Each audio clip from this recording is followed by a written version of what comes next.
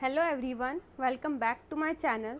तो आज की इस वीडियो में मैं आपको पढ़ाने वाली हूँ cell the building block of life. इसका ये पार्ट 3 होने वाला है। पार्ट 2 में हमने पढ़ा था सारे सेल ऑर्गेनेल्स के बारे में, जैसे न्यूक्लियस, माइटोकॉन्ड्रिया, प्लास्टिड्स, वैक्यूल्स और उन सभी के फंक्शंस को पढ़ा था। लेकिन अब सबसे इम्पॉर्टेंट क्वेश्चन ये आता है कि न्यू सेल्स बनते कैसे हैं और साइंटिस्ट को पता कैसे चला कि हर लिविंग ऑर्गेनिज्म सेल से मिलकर के बना है।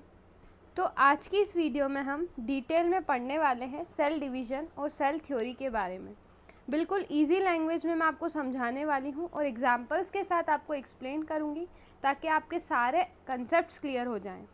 तो इस वीडियो को एंड तक ज़रूर देखना बिकॉज ये टॉपिक एग्ज़ाम के लिए काफ़ी इम्पॉर्टेंट है।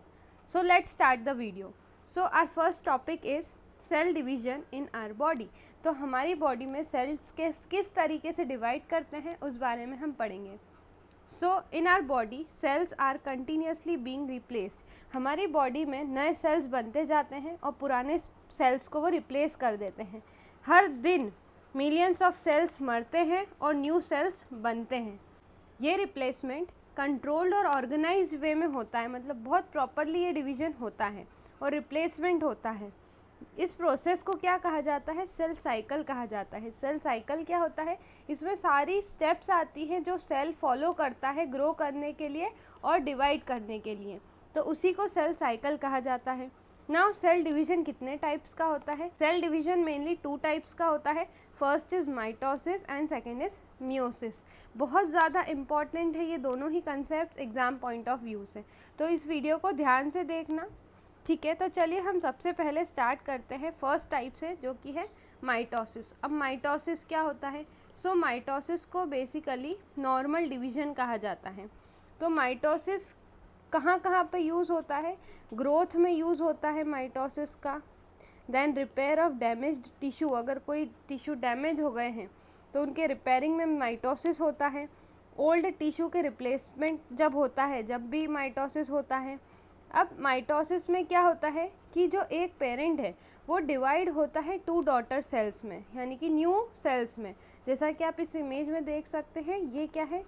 पेरेंट सेल है। ये पेरेंट सेल डिवाइड हुआ, मतलब ये पेरेंट सेल है, इसमें पेरेंट सेल मैच्योर हुआ। पेरेंट सेल मैच्योर होने के बाद 2 डॉटर सेल में कन्वर्ट हुआ। तो ये जो दोनों दिख रहे हैं ये दोनों क्या है? Daughter cells. डॉटर सेल्स इनको क्यों बोला गया? क्योंकि ये इस पेरेंट्स से मिलके बने हैं, यानी कि एक सेल डिवाइड होकर के 2 बना है और ये दोनों सेल्स क्या है? न्यू सेल्स है, इस कारण से इनको डॉटर सेल्स कहा गया है।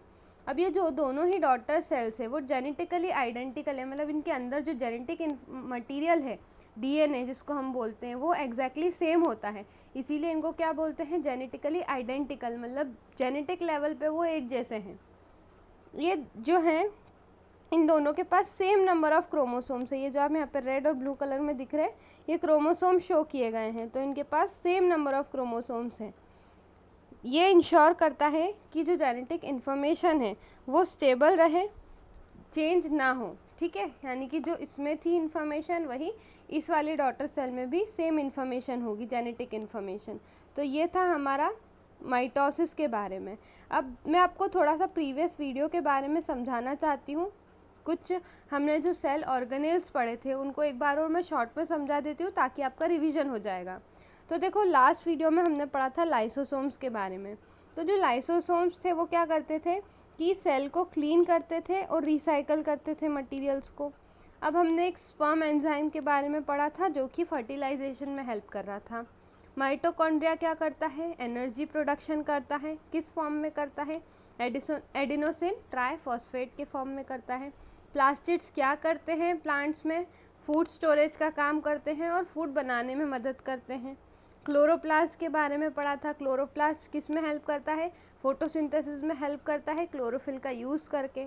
देन क्रोमोप्लास्ट पढ़ा था जिसको कलर्ड प्लास्टिड कहते हैं, जिसकी वजह से फ्रूट्स और फ्लावर्स में कलर दिखाई देता है। ल्यूकोप्लास्ट क्या था? कलरलेस प्लास्टिड था जो कि फूड स्टोर करने का काम करता था। वैक्यूल क्या करता है? मटेरियल्स को स्टोर करता है और सेल के अंदर प्रेशर मेंटेन करने का काम करता है। नाउ सेल्स कंटिन्यूसली डिवाइड होते हैं ताकि वो ग्रोथ और रिपेयर कर सकें। माइटोसिस के बारे में अभी हमने पढ़ा कि आइडेंटिकल सेल्स बनते हैं माइटोसिस से, और मियोसिस के बारे में हम पढ़ने वाले हैं। मियोसिस से क्या आता है, वेरिएशन आता है रिप्रोडक्शन में। अब मियोसिस को जान लेते हैं डिटेल में। अब मियोसिस क्या होता है, ये बहुत इंपॉर्टेंट मेन टॉपिक है इस चैप्टर का। सो मियोसिस यूज़ होता है बेसिकली सेक्सुअल रिप्रोडक्शन में। It helps in producing reproductive cells, यानी कि रिप्रोडक्टिव सेल्स बनाने में कौन हेल्प करता है, मतलब क्या प्रोसेस होती है, मियोसिस होता है। तो जैसे रिप्रोडक्टिव सेल्स कौन कौन से होते हैं, ह्यूमंस की अगर हम बात करें तो sperms in males and egg in females. इसके कारण क्या आते हैं, वेरिएशन आते हैं, यानी कि डिफरेंसेस आते हैं ऑफस्प्रिंग्स में, यानी कि ऑफस्प्रिंग्स एक दूसरे से, ऑफस्प्रिंग्स मतलब क्या होता है, यंग वंस बोल दो या फिर बेबी बोल दो, ठीक है। तो ऑफस्प्रिंग्स में क्या आता है, डिफरेंस आता है, वेरिएशन आता है मियोसिस की वजह से, जो कि बहुत इम्पॉर्टेंट है इवोल्यूशन के लिए, यानी कि इवोल्यूशन होना बहुत ज़रूरी है, चेंजेस होना बहुत ज़रूरी है सर्वाइवल के लिए भी, ठीक है। तो इसी कारण से वेरिएशंस आते हैं मियोसिस में। तो मियोसिस को अगर मैं आपको एक्सप्लेन करूं तो मियोसिस क्या है, एक 2 स्टेप प्रोसेस है जिसमें 4 गैमीट्स बनते हैं। माइटोसिस में ऐसा नहीं था। माइटोसिस में हमने क्या पढ़ा था कि माइटोसिस एक ऐसी प्रोसेस है जिसमें सिर्फ 2 आइडेंटिकल डॉटर सेल्स बन रहे थे, बल्कि मियोसिस में कितने बनते हैं, 4 गैमीट्स बनते हैं, ठीक है। तो कैसे बनते हैं, जैसे कि ये यहाँ पे पेरेंट सेल है, ठीक है। पेरेंट सेल डिफ्रेंशिएट होंगे, यानी कि उनके जो क्रोमोसोम्स है वो अलग अलग होंगे।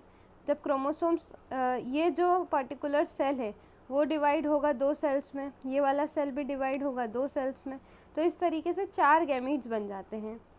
नाउ मियोसिस क्या है, एक स्पेशल टाइप का सेल डिवीजन होता है, क्योंकि इसमें क्या होता है, सेल्स स्प्लिट होते हैं और प्रोड्यूस करते हैं गैमीट्स को। अब गैमीट्स क्या होता है, जो रिप्रोडक्टिव सेल्स होते हैं ना ह्यूमंस में, जैसे कि मेंस में रिप्रोडक्टिव सेल होता है स्पर्म और फीमेल्स में होता है एग, तो इन्हीं को बोला जाता है गैमीट्स, ठीक है। अब ये जो टाइप का डिवीज़न है वो होता है स्पेशली रिप्रोडक्शन के दौरान। रिप्रोडक्शन क्या होता है, ये एक ऐसी प्रोसेस होती है जिसमें न्यू ऑर्गेनिज्म प्रोड्यूस होता है बाय फर्टिलाइजेशन, ठीक है। Now this gametes formed through meiosis. अब ये गैमीट्स मियोसिस की हेल्प से बनते हैं, और इसके गैमीट्स के बनने की वजह से क्या होता है, वेरिएशन आता है, यानी कि ट्रेड्स में अलग अलग डिफरेंस देखने को मिलता है। ट्रेड्स यानी कि जो कैरेक्टर्स हमारे पेरेंट्स में थे उनसे कुछ अलग कैरेक्टर्स हम में जो आते हैं उनको ट्रेड्स कहा जाता है अमंग लिविंग ऑर्गेनिजम्स, ठीक है। Because of these variations childrens look similar to the parents but they are not exactly the same. ये वेरिएशन के कारण ही जो बच्चा होता है वो एग्जैक्टली अपने पेरेंट्स की तरह नहीं दिखाई देता है, कुछ सिमिलर फीचर्स होते हैं बट एग्जैक्टली वो सेम नहीं दिखता है। क्यों नहीं दिखता है, क्योंकि उनमें वेरिएशन हुआ है मियोसिस प्रोसेस की वजह से। नाउ मियोसिस कहाँ होता है, तो एनिमल्स की अगर हम बात करें तो मियोसिस होता है टेस्टीज़ में। मेल्स में जो टेस्टीज़ होते हैं, जो मेल रिप्रोडक्टिव ऑर्गन होता है जो कि स्पर्म प्रोडक्शन में हेल्प करते हैं, टेस्टीज़, ठीक है, तो वहाँ पे मियोसिस होता है। और फीमेल्स की अगर हम बात करें तो मियोसिस होता है ओवरीज़ में, जो रिप्रोडक्टिव ऑर्गन्स होता है जिसमें ये ओवरीज़ होती है दोनों साइड। इस तरीके से फीमेल रिप्रोडक्टिव सिस्टम होता है जो दोनों ओवरीज़ है, वहाँ पे ये होता है। ओवरीज़ क्या है, फीमेल रिप्रोडक्टिव ऑर्गन होती है जो कि एग या फिर ओवम प्रोडक्शन करती है। प्लांट्स में कहाँ पे होता है मियोसिस, बेसिकली प्लांट्स में मियोसिस होता है एंथर्स में। अब एंथर क्या होता है, देखो कुछ इस तरह का बायलोब्ड स्ट्रक्चर होता है। हिबिस्कस फ्लावर में आपने देखा होगा, इस तरीके से आपको कुछ स्ट्रक्चर दिखाई देता है, तो ये जो होता है इसको क्या बोलते हैं, एंथर, जहाँ पे पोलन ग्रेन प्रोड्यूस होते हैं। पोलन ग्रेन क्या होते हैं, मेल रिप्रोडक्टिव ऑर्गन होते हैं, मेल रिप्रोडक्टिव गैमीट होते हैं, ऐसा बोल सकते हैं हम। तो जो एंथर है वो मेल पार्ट ऑफ फ्लावर है जो कि पोलन प्रोड्यूस करता है। और फीमेल प्लांट में कहाँ पे होता है, ओवरीज में होता है। तो ये इस तरीके से ऐसा स्ट्रक्चर होता है, यहाँ पे अंदर ओवरी प्रेजेंट होती हैं, ऊपर स्टिग्मा, देन ये वाला पार्ट होता है स्टाइल, और ये वाला पार्ट जो है वो ओवरी कहलाता है। तो ओवरी में होता है। ओवरी क्या होता है, female part of flower that produces egg cell, जो कि एग सेल प्रोड्यूस करती हैं। नाउ मियोसिस होता कैसे है? तो मियोसिस में बेसिकली क्या होता है, एक पेरेंट जो है 2 बार डिवाइड होता है, ठीक है, यानी कि 2 राउंड्स ऑफ डिवीजन इसमें देखने को मिलता है। फर्स्ट डिवीजन में क्या 2 सेल्स बनते हैं, देखो जैसे कि ये एक पेरेंट सेल था, पेरेंट सेल डिवाइड हुआ तो कितने सेल बने, 2 सेल्स बने, 1 सेल एंड सेकेंड सेल, ठीक है। तो ये जो 2 सेल्स बन गए, अब ये जो 2 सेल्स बने ये फर्दर एक बार और डिवाइड होंगे, ये भी 2 सेल्स में डिवाइड हो जाएगा एंड ये भी 2 सेल्स में डिवाइड हो जाएगा। तो इस तरीके से कितने सेल्स बन जाएंगे, टोटल एक सेल से 4 सेल्स बन गए। तो यहाँ पे क्या हो रहा है, डबल राउंड ऑफ डिवीजन हो रहा है। तो फर्स्ट डिवीजन में 2 सेल बने थे, फर्स्ट एंड सेकेंड, और जो दूसरे राउंड में कितने बने, 4 डॉटर सेल्स बने, 1 2 3 एंड 4। पहले शुरू में क्या था, एक पेरेंट सेल था, एक पेरेंट सेल से कितने बन गए, 4 डॉटर सेल्स बन गए। आई होप आपको इतना समझ आ गया होगा ना। फर्स्ट डिवीजन के दौरान क्या होता है, तो जब फर्स्ट डिवीजन होता है तो पेरेंट सेल जो है 2 डॉटर सेल्स में डिवाइड होता है, ठीक है, जो हमने यहाँ पे देखा। तो ये था फर्स्ट स्टेप। ना सेकेंड डिवीजन में जो 2 सेल्स थे वो वापस डिवाइड हुए और 4 सेल्स बन गए। ये जो प्रोसेस है वो सिमिलर होती है माइटोसिस जैसे। नॉर्मल जो डिवीजन हमने देखा था ना, ये जो सेकेंड वाली स्टेप होती है, ये वाली अगर हम बात करें तो ये माइटोसिस जैसी है, क्योंकि माइटोसिस में भी यही हो रहा था कि एक सेल डिवाइड होकर के 2 बना रहे थे। यहाँ पे भी माइटोसिस हो रहा है, एक सेल डिवाइड होकर के 2 बना रहे हैं। तो ये वाली स्टेप होती है माइटोसिस जैसी। नेक्स्ट अब हम पढ़ते हैं क्रोमोसोम्स एंड डीएनए के बारे में। तो मियोसिस में क्रोमोसोम्स और डीएनए क्या रोल प्ले करते हैं, तो चलिए ये पढ़ लेते हैं हम। तो इसमें क्या लिखा है कि each daughter cells formed in meiosis has half the number of chromosome genetic material carrying the DNA. अब इसका क्या मतलब है कि मियोसिस में जब एक पेरेंट सेल डिवाइड होता है तो उससे बनने वाले डॉटर सेल्स के जो क्रोमोसोम्स के नंबर है वो हाफ हो जाते हैं। मतलब कि जो क्रोमोसोम्स हैं, सबसे पहले तो जो क्रोमोसोम्स है वो क्या होते हैं, जेनेटिक स्ट्रक्चर होते हैं जो कि सेल के न्यूक्लियस के अंदर पाए जाते हैं। और इनमें क्या प्रेजेंट होता है, ये जैसे कि ये क्रोमोसोम है, ये एक सिंगल क्रोमोसोम है, तो क्रोमोसोम्स के अंदर पाया जाता है डीएनए। डीएनए इस तरह का हेलिकल स्ट्रक्चर होता है। So this is the DNA, ठीक है। तो डीएनए हमारी बॉडी की सारी जेनेटिक इन्फॉर्मेशन को कैरी करता है। क्या कैरी करता है, जेनेटिक इन्फॉर्मेशन को। अब जेनेटिक इन्फॉर्मेशन जैसे कि आई कलर, आई का कलर हो गया, देन हाइट हो गया, हेयर टाइप हो गया, ये सारी चीज़ें मैंने आपको प्रीवियस वीडियो में भी समझाया था कि किस तरीके से न्यूक्लियस जब मैंने समझाया था उसमें सारी चीज़ें कवर की थी। तो अगर आपने पार्ट 1 और पार्ट 2 नहीं देखा है तो सबसे पहले जा कर के आप वो देखिए, उसकी लिंक मैं आपको डिस्क्रिप्शन बॉक्स में प्रोवाइड कर दूँगी, या फिर आप आई बटन पे भी चेकआउट कर सकते हैं। मैं आपको एग्जाम्पल की मदद से समझाती हूँ ताकि और अच्छे से आपको क्लियर हो जाएगा। तो अगर एक पेरेंट सेल, जो पेरेंट सेल होते हैं ना, उनमें कितने नंबर ऑफ़ क्रोमोसोम्स प्रेजेंट होते हैं, उनमें होते हैं 46 नंबर ऑफ़ क्रोमोसोम्स, ठीक है। ये मैंने एक सेल बनाया है जिसमें 46 नंबर ऑफ़ क्रोमोसोम्स हैं। तो मियोसिस के बाद बनने वाले जो डॉटर सेल्स होंगे उनके पास कितने सेल्स आएंगे, 23 क्रोमोसोम्स आएंगे। देखो ये जो हमारा डिवीज़न हुआ था, यहाँ पे ये जो 46 क्रोमोसोम्स थे, 46 और 46, ठीक है, यहाँ पे भी 46 थे, यहाँ पे भी 46 थे। तो यहाँ पे कितने हो जाएंगे क्रोमोसोम्स, देखो 46 का हाफ कितना होता है, 46 को जब हम 2 से डिवाइड करेंगे तो 23 बचेगा। तो जब ये 2 में डिवाइड हुआ तो यहाँ पे भी 23, यहाँ पे भी 23 मिला करके कितने हो जाएंगे, ये 46 हो जाएंगे। इसी तरीके से यहाँ पे भी क्या होगा, 23 एंड 23 मिला करके कितने हो जाएंगे, 46 हो जाएंगे। तो जो डॉटर सेल्स है उनके पास क्या होंगे, हाफ नंबर ऑफ़ क्रोमोसोम्स होंगे, यानी कि पेरेंट्स के पास कितने थे 46 का हाफ कितना होता है 23। तो जितने भी डॉटर सेल्स बनेंगे, चारों डॉटर सेल्स के पास कितने क्रोमोसोम्स होंगे, 23 क्रोमोसोम्स होंगे उनके सेल्स में। आई होप आपको इतना क्लियर हो गया होगा। अब ये प्रोसेस जो है, ये प्रोसेस रिप्रोडक्शन के लिए बहुत इम्पॉर्टेंट होता है, बिकॉज जब मेल और फीमेल रिप्रोडक्टिव सेल्स कंबाइन होते हैं तब क्रोमोसोम्स नंबर वापस नॉर्मल हो जाते हैं। ठीक है, तो मियोसिस ना सिर्फ क्रोमोसोम नंबर मेंटेन करता है बल्कि जेनेटिक वेरिएशन भी क्रिएट करता है, जिसकी वजह से हर इंडिविजुअल थोड़ा डिफरेंट होता है एक दूसरे से। ठीक है, तो मियोसिस आपको समझ आ गया होगा। नेक्स्ट अब हम पढ़ते हैं फर्टिलाइजेशन कनेक्शन के बारे में। तो क्या होता है कि एक और चीज़ यहाँ पे हमारी छूट गई, because chromosomes carry DNA this also means, क्योंकि क्रोमोसोम्स में क्या होता है, डीएनए होता है, तो हर एक जो न्यू सेल बनता है उसमें हाफ अमाउंट ऑफ डीएनए होता है। अगर हम उसके पेरेंट से कंपेयर करें तो हाफ डीएनए मीन्स मतलब हाफ नंबर ऑफ क्रोमोसोम्स। ठीक है, यानी कि हाफ डीएनए होगा, जितना पहले था पेरेंट्स में उसका हाफ होगा। ये जो सेल्स होते हैं उनको क्या बोलते हैं, हम गैमीट्स बोलते हैं। और ये क्या होते हैं, हैप्लॉइड नेचर के होते हैं। देखो दो टर्म्स होती हैं, एक होती है हैप्लॉइड, एक होती है डिप्लॉइड। हैप्लॉइड मतलब जिसमें हाफ जेनेटिक मटेरियल होगा, और डिप्लॉइड मतलब डबल। ठीक है, डबल यानी कि हैप्लॉइड का डबल कर दें तो वो डिप्लॉइड होगा। हैप्लॉइड यानी कि 23 क्रोमोसोम और डिप्लॉइड यानी कि 46 नंबर ऑफ क्रोमोसोम्स। ठीक है, तो ये होता है हैप्लॉइड और डिप्लॉइड का कंसेप्ट। नेक्स्ट अब हम पढ़ते हैं फर्टिलाइजेशन कनेक्शन। तो फर्टिलाइजेशन में क्या होता है, फर्टिलाइजेशन होता है जब स्पर्म सेल एग के साथ क्या हो जाता है, फ्यूज़ हो जाता है। तो ये जब दो गैमीट्स कंबाइन होते हैं तो एक नया सेल बनता है। तो इनके जो क्रोमोसोम्स हैं सेल के अंदर वो भी एक दूसरे से क्या होते हैं, जुड़ते हैं। This stores the original number of chromosomes in new organism.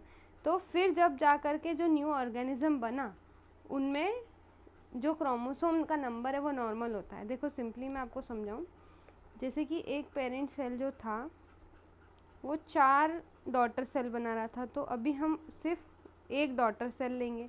For example ये मेल का सेल है, स्पर्म सेल नहीं, पहले हम ले लेते हैं फीमेल का ओवम। तो जो ओवम है उसमें क्या रहेंगे, 23 नंबर ऑफ क्रोमोसोम्स रहेंगे, क्योंकि मियोसिस के बाद क्या हो गया है, नंबर ऑफ क्रोमोसोम्स क्या हो गए हैं, हाफ हो गए हैं। तो हाफ हो गए हैं तो सिर्फ उनके जो गैमीट्स होंगे उनमें कितने क्रोमोसोम्स प्रेजेंट होंगे, हैप्लॉइड नंबर यानी कि 23 क्रोमोसोम्स प्रेजेंट होंगे। तो let's say this is are ovum. अब ये ओवम जो है स्पर्म के साथ क्या होगा, फर्टिलाइज होगा। सो स्पर्म का स्ट्रक्चर कुछ इस तरीका होता है। तो स्पर्म में भी कितने नंबर ऑफ क्रोमोसोम्स है, 23 क्रोमोसोम्स है। जब ये दोनों का क्या होगा, फ्यूजन होगा, तो जब नया सेल बनेगा तो 23 + 23 कितने हो जाएंगे, 46। तो जो हमारा जाइगोट बनेगा, जब फ्यूजन के बाद क्या बनता है, जाइगोट बनता है, न्यू सेल जिसको बोलते हैं। तो वो जाइगोट में कितने नंबर ऑफ क्रोमोसोम्स रहेंगे, 46 ही रहेंगे। न्यू ऑर्गेनिजम्स, ये जाइगोट क्या होता है, एक न्यू ऑर्गेनिज्म में कन्वर्ट हो जाता है आगे जा कर के। ठीक है, तो यही बेसिकली यहाँ पे लिखा है। अब एक साइंटिस्ट के बारे में एनसीईआरटी में लिखा गया है। आपकी जो न्यू एनसीईआरटी है एक्सप्लोरेशन, उसके अकॉर्डिंग मैं आपको ये पूरा एक्सप्लेनेशन दे रही हूँ, जिसमें मैंने सारे टॉपिक्स एनसीईआरटी के कवर करे हैं। ठीक है, तो आप पार्ट 1 और पार्ट 2 ज़रूर देखना। मैं एक बार और इसलिए बोल रही हूँ क्योंकि वो बहुत ज़्यादा इम्पॉर्टेंट है आपके बेसिक्स क्लियर करने के लिए। दोनों देखना, फिर उसके बाद ये वीडियो को देखना। इस वीडियो के बाद आपको सारी चीज़ें मिलने वाली हैं, एनसीईआरटी सॉल्यूशंस मिलने वाले हैं, इम्पॉर्टेंट क्वेश्चंस मिलने वाले हैं। सभी की लिंक आपको मैं डिस्क्रिप्शन बॉक्स में प्रोवाइड कर दूँगी, या फिर आप चैनल पर जा कर के भी चेकआउट कर सकते हैं। नेक्स्ट अब हम पढ़ते हैं एक साइंटिस्ट के बारे में जिनका क्या नाम है, अरुण कुमार शर्मा। अरुण कुमार शर्मा के बारे में पढ़ते हैं। तो ये एक फेमस इंडियन साइंटिस्ट थे जो उनके वर्क के लिए जाने जाते थे। वो किस पे वर्क करते थे, बॉटनी पे। बॉटनी क्या होती है, स्टडी ऑफ प्लांट। जो इंसान प्लांट की स्टडी करता है, तो स्टडी ऑफ प्लांट की जो स्टडी होती है, मतलब प्लांट्स की जो स्टडी होती है, उसको क्या बोलते हैं, बॉटनी बोलते हैं। तो बॉटनी पे ये काम कर रहे थे, यानी कि प्लांट्स की स्टडी कर रहे थे। ही मेड इम्पॉर्टेंट कॉन्ट्रीब्यूशन, उन्होंने बहुत उनका वैल्यूएबल वर्क दिया था प्लांट टेक्सोनॉमी में। प्लांट टेक्सोनॉमी मतलब कि प्लांट्स का क्लासिफिकेशन, उनके फीचर्स और रिलेशनशिप के बेसिस पे, उस पर इन्होंने वर्क किया था। उन्होंने इन्वेंट किए थे बहुत सारे लेबोरेटरी मेथड्स को, जो साइंटिफिक टेक्निक्स होती हैं उनको उन्होंने इन्वेंट किया था क्रोमोसोम्स की स्टडी करने के लिए। और वो क्रोमोसोम्स, प्लांट्स के जो क्रोमोसोम्स थे उसकी स्टडी की थी उन्होंने। उनके ग्रेट वर्क के कारण उनको अवार्ड भी मिले थे। 2 मेन अवार्ड उन्होंने पाए थे उनके अच्छे काम की वजह से, उनके वर्क की वजह से। वो कौन कौन से थे? सबसे पहला था शांति स्वरूप भटनागर अवार्ड, जो कि एक इम्पॉर्टेंट साइंस अवार्ड है इंडिया का। नेक्स्ट उनको मिला था पद्म भूषण अवार्ड, जो कि हाई सिविलियन अवार्ड होता है इंडिया का। तो अगर आपसे पूछे अरुण कुमार शर्मा के बारे में, तो आप एज इट इज़ पूरा यहाँ से लेके यहाँ तक का part as it is learn कर लीजिएगा। शॉर्ट आंसर में आपको पूछ सकते हैं कि अरुण कुमार शर्मा को कौन से 2 अवार्ड्स मिले थे, नेम देम। तो आपको ये दोनों के नाम लिखने हैं, ठीक है। Now next, bridging science and society, cell culture के बारे में अब हम जानते हैं। तो साइंटिस्ट ने क्या डेवलप की थी? बहुत सारी मेथड्स डेवलप की थी कि हमारी बॉडी के अंदर हम बॉडी के बाहर हम किस तरीके से सेल को ग्रो कर सकते हैं, और इसी प्रोसेस को बोलते हैं सेल कल्चर। अगर हम सेल को हमारी बॉडी के बाहर क्या करवा रहे हैं, ग्रो करवा रहे हैं, तो उसको बोला जाता है सेल कल्चर, यानी कि आर्टिफिशियल कंडीशन सेल को प्रोवाइड करना ताकि वो ग्रो हो सके। इस मेथड में क्या करते हैं, सेल को लेते हैं, प्लांट सेल ले सकते हैं, एनिमल सेल ले सकते हैं, कोई सा भी सेल लेना है, फिर उसको एक न्यूट्रिएंट रिच मीडियम में रखना है। न्यूट्रिएंट रिच मीडियम लिक्विड या जेल हो सकता है जिसमें फूड होता है या फिर न्यूट्रिएंट्स होते हैं सेल के अंदर। जैसे कि मान लो हमने एक लिया बीकर, ठीक है, बीकर में हमने वो सारे न्यूट्रिएंट्स प्रोवाइड कर दिए, वाटर प्रोवाइड कर दिया, जो कि एक सेल को ग्रो होने में मदद करता है। फिर उसमें हमने सेल को रख दिया। अब सेल को सारी चीज़ें मिल रही है जो उसको डिवाइड करने के लिए चाहिए, तो सेल क्या करेगा, डिवाइड होगा और बहुत सारे सेल्स बना लेगा। तो इस प्रोसेस को बोला जाता है सेल कल्चर। क्या बोला जाता है? सेल कल्चर बोला जाता है। ये सेल को ग्रो करने में मदद करता है, मल्टीप्लाई करने में मदद करता है, मतलब उसके नंबर इंक्रीज़ करने में मदद करता है। अब सेल कल्चर के लिए क्या कंडीशंस होनी चाहिए? तो जब हम सेल को ज़िंदा रखते हैं, मतलब सेल को ज़िंदा रखने के और ग्रो करने के लिए क्या चीज़ ज़रूरी है? सबसे पहली इम्पॉर्टेंट चीज़ है टेम्परेचर। टेम्परेचर कंट्रोल होना चाहिए, यानी कि प्रॉपर लेवल पे टेम्परेचर होना चाहिए। जो वहाँ की जो हवा है आसपास की, वो बिल्कुल स्टराइल, यानी कि फ्री फ्रॉम माइक्रो ऑर्गेनिज्म होनी चाहिए, उसमें किसी भी प्रकार के जर्म्स नहीं होने चाहिए। उसको क्या बोलते हैं? स्टराइल बोलते हैं। नेक्स्ट, मॉइस्चर होना चाहिए, वहाँ पे मॉइस्चर मेंटेन्ड होना चाहिए, यानी कि प्रॉपर वाटर कंटेंट होना चाहिए, जितना चाहिए उतना। Next, uses of cell culture. Cell culture का कहाँ कहाँ पे यूज़ किया जाता है? तो सेल कल्चर का यूज़ होता है सेल किस तरीके से काम करता है वो स्टडी करने के लिए क्या होता है, सेल कल्चर का यूज़ होते हैं। बायोकेमिकल्स बनाने में इनका यूज़ होता है। बायोकेमिकल्स क्या होते हैं? कुछ केमिकल सब्सटेंसेस होते हैं जो कि लिविंग सेल्स से बनते हैं, उनको क्या बोलते हैं? बायोकेमिकल्स। बहुत सारी मेडिसिन्स बनाने में सेल कल्चर का यूज़ होता है। वैक्सीन डेवलप करने में यूज़ होता है। वैक्सीन क्या होती है? किसी भी डिजीज़ से प्रोटेक्ट करती है ना। फूड प्रोडक्ट्स बनाने में इनका यूज़ होता है। तो ये सारे एप्लीकेशंस थे या फिर यूजेस थे हमारे सेल कल्चर के। तो अगर आपसे क्वेश्चन पूछा जाए सेल कल्चर के बारे में, तो आप पूरा इसमें से as it is cell culture याद कर लेना। नोट्स अगर आपको चाहिए तो मैं आपको उसकी लिंक प्रोवाइड कर दूँगी डिस्क्रिप्शन बॉक्स में, वहाँ जाकर के आप इजीली नोट्स को डाउनलोड कर सकते हैं। आपकी एग्ज़ाम में बहुत हेल्प मिलेगी इन नोट्स से। नेक्स्ट, अब हम पढ़ते हैं importance of proper cell division. Proper cell division क्यों इम्पॉर्टेंट है? तो जो माइटोसिस और मियोसिस है, दोनों ही प्रॉपर और कंट्रोल्ड वे में होना ज़रूरी है। Because if this process do not happen correctly, अगर ये दोनों ही प्रोसेस करेक्टली नहीं हुई तो हमारी बॉडी में बहुत सारी सीरियस प्रॉब्लम्स हो सकती हैं।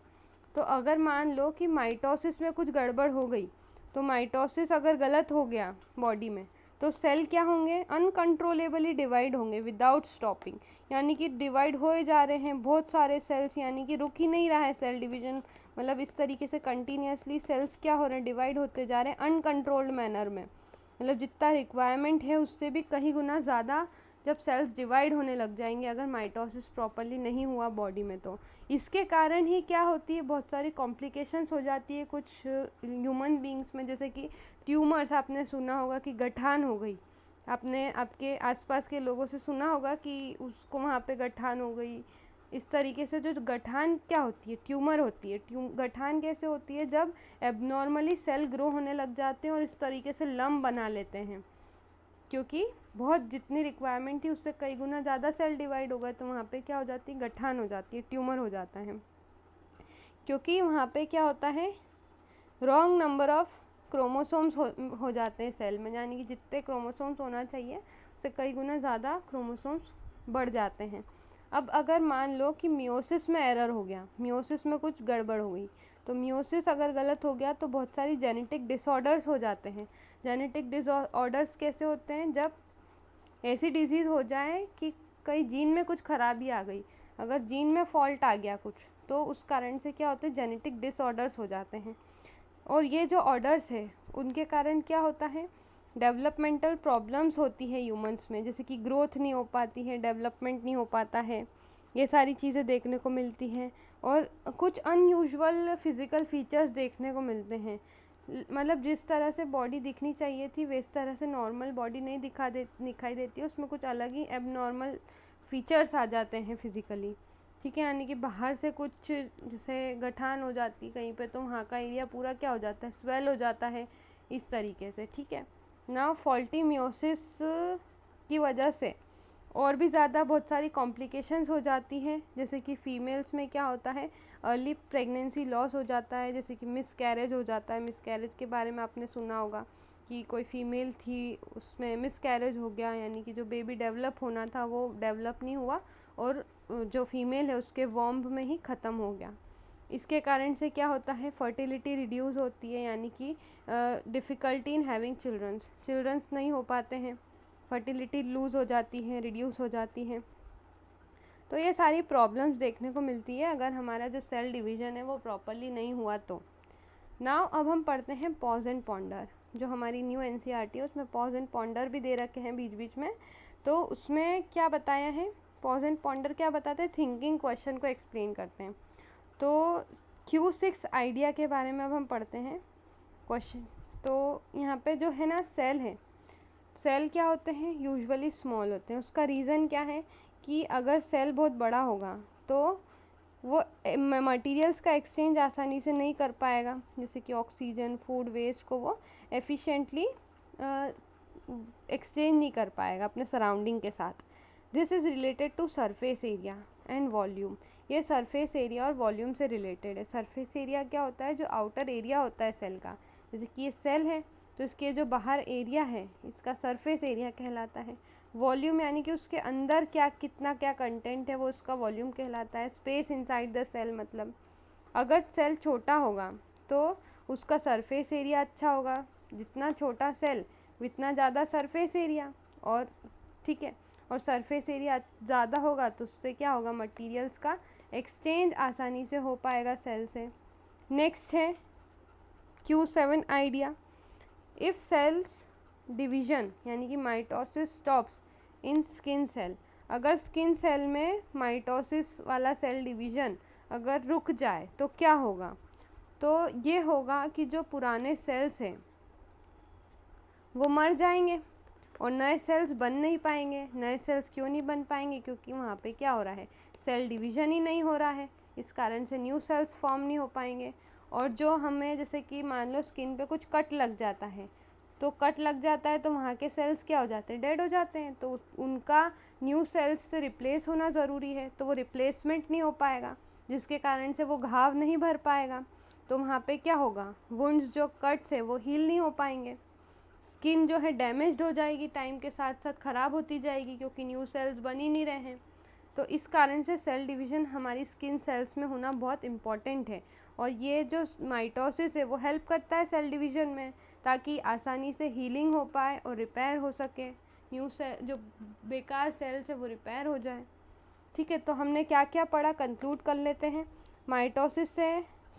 मियोसिस से हम रिप्रोडक्टिव सेल्स यानी कि गैमीट्स प्रोड्यूस करते हैं। ये किसकी वजह से हो पाता है, रिप्रोडक्टिव ऑर्गन्स की वजह से हो पाता है, जो हमारे प्लांट्स और एनिमल्स में होते हैं। दो तरह के डिविजन्स, मियोसिस में 2 डिविजन्स होते हैं जो कि 4 सेल्स बनाते हैं, और हर एक सेल के पास क्या होते हैं, हाफ नंबर ऑफ क्रोमोसोम्स यानी कि 23 क्रोमोसोम्स होते हैं। Fertilisation stores full chromosome number, fertilisation के बाद पूरे क्रोमोसोम आ जाते हैं न्यू ऑर्गेनिजम्स में, जैसे कि 46। सेल कल्चर क्या करता है, साइंटिस्ट को अलाउ करता है कि सेल को बॉडी के बाहर भी ग्रो कर सकें। अब प्रॉपर सेल डिवीज़न बहुत इंपॉर्टेंट होता है हमारी हेल्थ के लिए। ये सभी टॉपिक्स के बारे में हमने डिटेल में पढ़ लिया। और क्या पढ़ा था कि अगर एरर आ जाए माइटोसिस में तो उसके कारण क्या हो जाते हैं, ट्यूमर्स हो जाते हैं। और ट्यूमर्स जब बड़े लेवल पे हो जाता है तो वो क्या कर लेता है, कैंसर कॉज करता है। बहुत सारे टाइप्स के कैंसर्स हो जाते हैं। अब अगर मियोसिस में एरर आ गया तो उससे जेनेटिक इन्फॉर्मेशन और फर्टिलिटी प्रॉब्लम्स आ जाते हैं।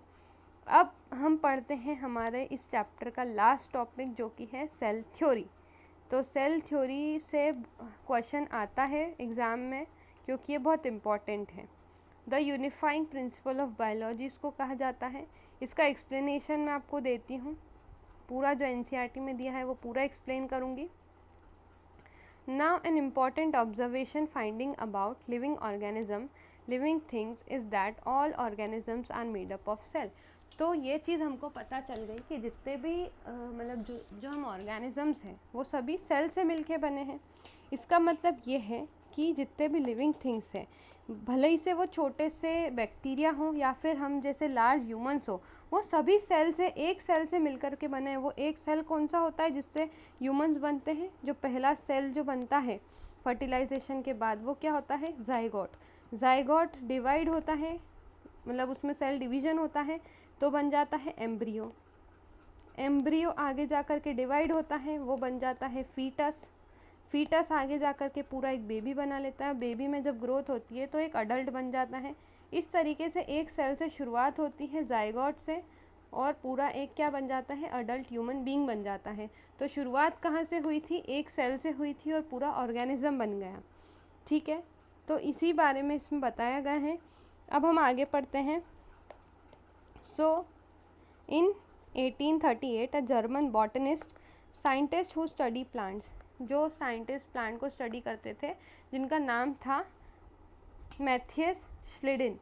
ठीक है, जिन्होंने सबसे पहले ये थ्योरी प्रपोज की थी। श्लिडिन और श्वान, बेसिकली इन दोनों ने, दो साइंटिस्ट थे, एक था मैथियस श्लिडिन और दूसरे थे थियोडोर श्वान। ये दोनों ने सेल थ्योरी को प्रपोज किया था। श्लिडिन ने क्या बताया था कि जितने भी प्लांट्स हैं वो सभी सेल से मिलके बने हैं, और श्वान ने क्या बताया था कि जितने भी एनिमल्स थे वो सेल से मिलके बने हैं। जो श्लिडिन थे वो कौन थे, बॉटनिस्ट थे, और इन्होंने 1838 में ये डिस्कवरी की थी कि प्लांट्स जो है सेल से मिलके बने। और दूसरे जर्मन जूलॉजिस्ट थे। ये जो थे श्वान, वो क्या थे, जूलॉजिस्ट थे। जूलॉजिस्ट वो होते हैं जो कि एनिमल्स पर स्टडी करते हैं।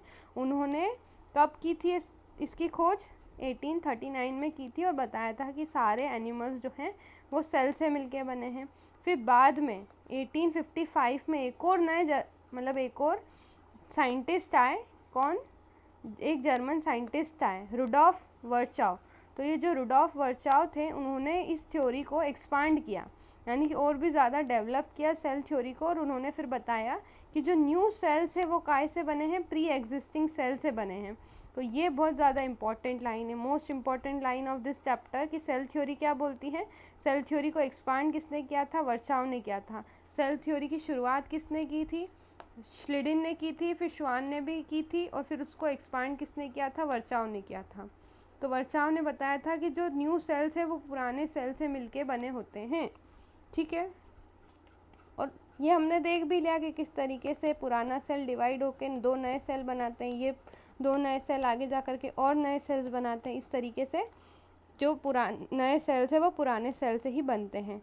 तो ये जो सारे आइडियाज़ थे, इन सभी ने मिल कर के सेल थ्योरी का फॉर्मेशन किया, सेल थ्योरी बनाई। तो मेनली 3 पॉइंट्स अगर आपसे बोले कि सेल थ्योरी के बारे में बताओ, तो आपको सबसे पहले तो साइंटिस्ट के बारे में डिस्क्राइब करना है, ये तीनों साइंटिस्ट के बारे में बताना है।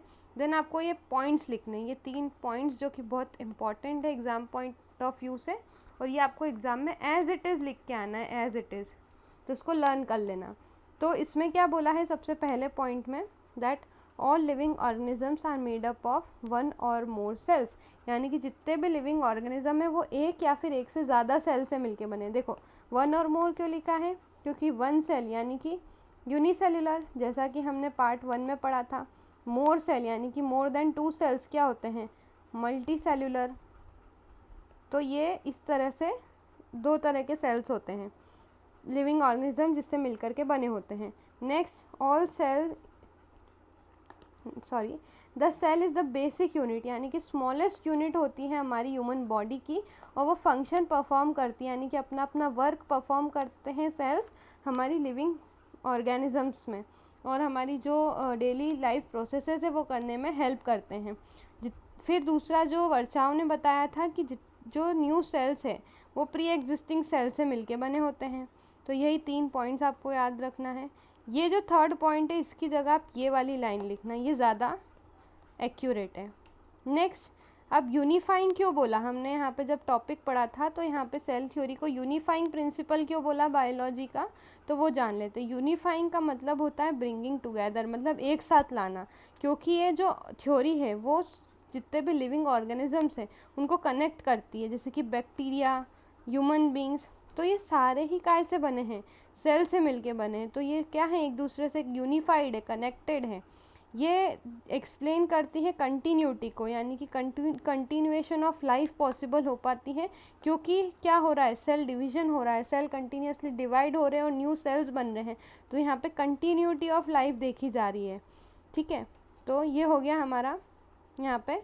अब एक और क्वेश्चन आता है एनसीईआरटी में, do cells grow and reproduce forever, तो क्या सेल ग्रो होते हैं और हमेशा रिप्रोड्यूस होते जाते हैं क्या?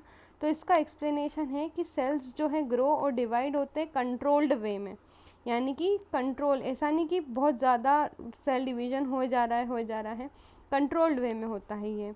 वो they stay in a right place, सही जगह पे होता है वो। ठीक है, they carry out their correct function, वो सही फंक्शन परफॉर्म करते हैं सेल्स, और डिवाइड करते हैं जब ज़रूरत होती है। ऐसा नहीं है कि हमेशा डिवीजन होता रहता है, जहाँ ज़रूरत पड़ती है वहीं सेल डिवाइड होते हैं। But cell do not live for ever, cell हमेशा ज़िंदा नहीं रह सकते हैं। आफ्टर सम टाइम, जो पुराने सेल्स हो जाते हैं वो मर जाते हैं। ये तो लाइफ का रूल है कि जो आया है वो कभी ना कभी जाएगा, तो इसी तरीके से सेल्स जो हैं वो भी मरेंगे, सेल्स भी डाई होते हैं, या फिर सेल क्या हो जाते हैं, रिप्लेस हो जाते हैं नए सेल से। ठीक है, तो every cell has a definite life span, fixed life period. जिस तरीके से ह्यूमंस, एनिमल्स का डिफाइनाइट लाइफ स्पैन होता है, जितने टाइम तक वो जी सकते हैं, इसी तरीके से सेल का भी एक फिक्स्ड टाइम पीरियड होता है जितने टाइम तक वो ज़िंदा रह सकते हैं। ना what if control is lost, अब क्या होगा कि अगर सेल का डिवीज़न कंट्रोल ना हुआ, तो अगर सेल्स का डिवीज़न कंट्रोल नहीं हुआ तो वहाँ पे वो प्रॉपरली डिवाइड नहीं हो पाएंगे, या फिर बहुत ज़्यादा डिवाइड हो जाएंगे, जिस कारण से प्रॉब्लम्स हो जाएंगी, डिजीज़ हो जाएगी। एनिमल्स में अगर सेल डिवीज़न स्टॉप नहीं हुआ तो क्या हो जाएगा,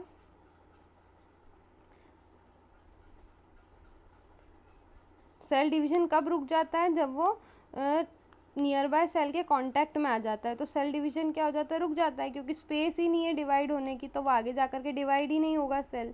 तो इसको बोलते हैं कांटेक्ट इनहिबिशन। क्या बोलते हैं, कांटेक्ट इनहिबिशन, मतलब stopping the growth when the cell touch each other, जब बहुत सारे सेल एक दूसरे से टकरा जाएंगे तो जहाँ पे सेल डिवीज़न की जगह ही नहीं रहेगी तो सेल्स डिवाइड ही नहीं होंगे, तो इस प्रोसेस को बोलते हैं कांटेक्ट इनहिबिशन।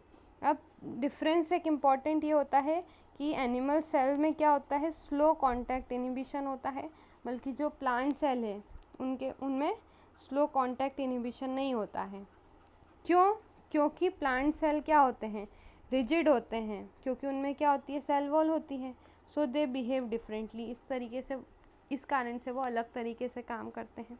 अब अगर मान लो कि अनकंट्रोल डिवीज़न हो गया, यानी कि जिस तरीके से हमने अभी पढ़ा कि अगर अनकंट्रोलेबल सेल डिवीज़न होता गया बॉडी में, तो क्या हो जाएगा, ट्यूमर का फॉर्मेशन हो जाएगा। ट्यूमर्स क्या होते हैं, ट्यूमर्स गठान जिसको हम बोलते हैं आसान भाषा में, हिंदी भाषा में, तो ट्यूमर्स बन जाएंगे जो कि एबनॉर्मल मास ऑफ सेल जिसको हम बोलते हैं। ठीक है, अब हम पढ़ते हैं सेल के बारे में, हमने बहुत देर से पढ़ रहे हैं हम कि सेल क्या होता है, अब सेल के फंक्शंस के बारे में पढ़ लेते हैं।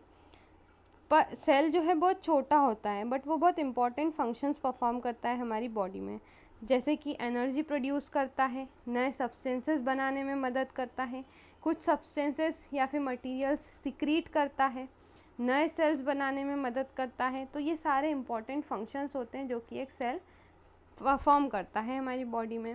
जो सेल्स हैं वो अगर एक साथ मिल जाए हमारी बॉडी में तो वो प्रॉपर फंक्शनिंग कर सकते हैं हमारी बॉडी में, और करते भी हैं प्रॉपर फंक्शंस। जितने भी लिविंग ऑर्गेनिजम्स हैं, जैसे कि बैक्टीरिया ले लो या फिर बड़ा सा ट्री ले लो, वो सभी सेल से मिलके बने हैं। Even you are made up of cell, आप भी सेल से मिलके बने हैं।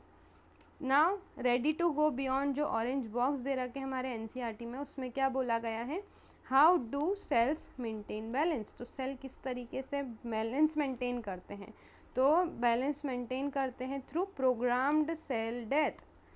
प्रोग्राम्ड सेल डेथ क्या होता है, एक इम्पॉर्टेंट टर्म है ये, कि प्लान्ड और नेचुरल प्रोसेस होती है सेल डेथ की, यानी कि पहले से ही प्लान्ड होता है कि सेल की क्या लाइफ स्पैन है, और जब वो लाइफ स्पैन ख़त्म हो जाता है तो नेचुरली वो क्या हो जाते हैं, सेल डाई, यानी कि सेल डेथ हो जाती है। तो सेल डेथ की प्रोसेस को क्या बोलते हैं, प्रोग्राम्ड सेल डेथ, PCD कहा जाता है।